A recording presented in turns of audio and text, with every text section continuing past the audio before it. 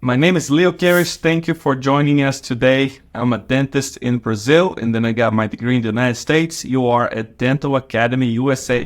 Before I start the video, you have to subscribe, leave a comment, like the video down below, click the buttons, activate to get the notifications so you can get the most updated information here from our YouTube channel. Today I'm going to talk about one very, very common mistake that I see people making, which is I call the last minute mistake. Let's talk about that.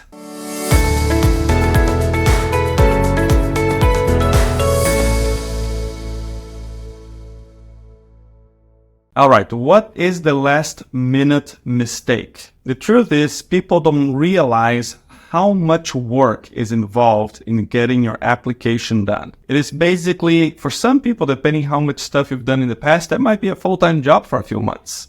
For some people, it might be a part-time job. But the reality is that you have to commit to your application. And a lot of people focus only on taking the exams.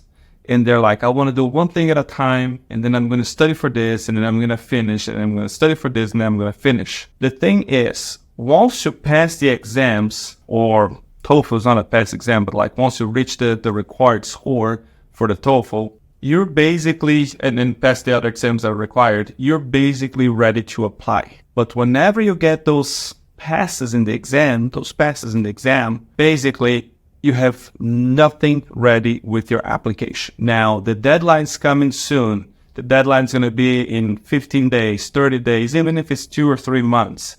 And you got to start putting things together. And you don't know how to write a personal statement. You don't know who's going to be writing letters of recommendation. You don't know how to fill the capital in the pass application. And then you do what you think is right. But you've never applied to a school in the United States. You only apply to schools in your country. The schools in your country are probably very different than the schools in the United States, and you don't really know what you're doing. And because you don't have enough preparation and you don't have enough time, your first application is very, very weak because you don't know how to connect the dots well. Let me give you an example. First of all, letters of recommendation. You're going to have to find who's going to write you the letters of recommendation. They're going to have to agree to it, and they're going to have to do it. And for somebody who's in a different country, many times you need a dean's letter or a faculty from your country's letter. They don't know how that process works. They don't even know how to write a letter of recommendation. So you're going to have to show them some content so they can learn how to write a letter of recommendation. And then they're going to have to do all the submissions. And let me tell you, they have a life. They have family, they have work, they have vacation that they want to take. They have a lot of stuff that they're doing. And you're basically not their priority. So you're going to have to be bugging them to get this going. All right? That's just one example. Now, second thing, personal statements.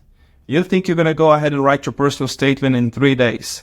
It's not going to work. It's not going to work. Your personal statement is not going to be good, and that's not going to help on your application. So if you don't take time to write your personal statement, probably you're not going to be doing well. One thing that I like to say about the personal statement, I used to write papers myself, scientific papers to dental journals. I have more than 25 publications. I have book chapters. I have all that kind of stuff. And one thing that I learned from writing papers is what I call the drawer rule. You have to write your paper. And I used to write several manuscripts I wrote myself. You have to write the manuscript or your personal statement. You read it. You think it's good. You got to put in the drawer.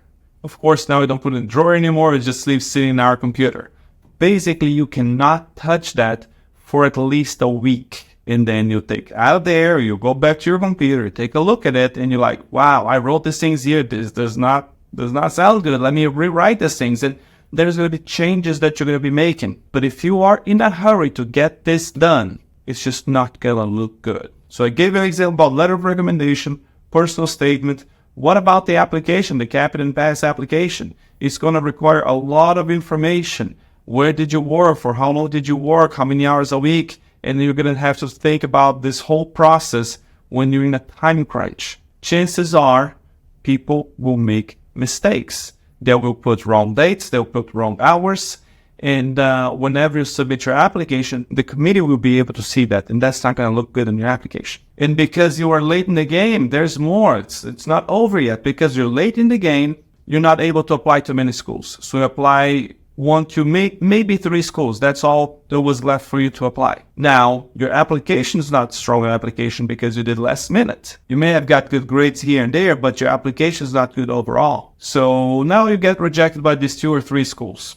You didn't even get a chance to interview because your application wasn't good. So in the next cycle, when you apply again, guess what? There's going to be some questions at a page with some questions that are going to be like, have you ever applied before? Which schools have you applied before? What changed in your application between the first application and this application? Now, for a re-applicant, things are going to be a little bit harder. And all that because you didn't do a good job to start with. In the past, when I applied, that was several years ago when I got into dental school, these questions weren't around. You could apply once, twice, 3 times. They never asked you how many times you applied and didn't ask which schools did you apply to. Now they do. So my recommendation is to have everything ready before you even get a pass into all these tests, Okay, let me say this. Maybe you don't have everything ready, but you should have at least 70% ready. At least 70% ready. So you don't make the last minute mistake, which is to apply, just put some stuff together, apply whatever, just to say you tried because you don't want to miss a whole cycle. You just try and then you fail. I have reviewed several applications for people from not just from Brazil, from all over the world who applied and didn't get anywhere. Now they want to do one-on-one mentoring with me to see where was the mistake. And a very common thing that happens is I didn't really have much time to get my things together. By the time I passed the boards, this certain schools that I wanted to apply, the cycle was already done. So there was only these 2 or 3 schools left. So I just did what I could. I just did what I could. Unfortunately, many times is not good enough and can hurt your future application. So watch all of my videos, share with your friends, make sure you learn all the ins and outs about the application, and don't make the last minute mistake. Thank you for watching. I'll see you in the next video.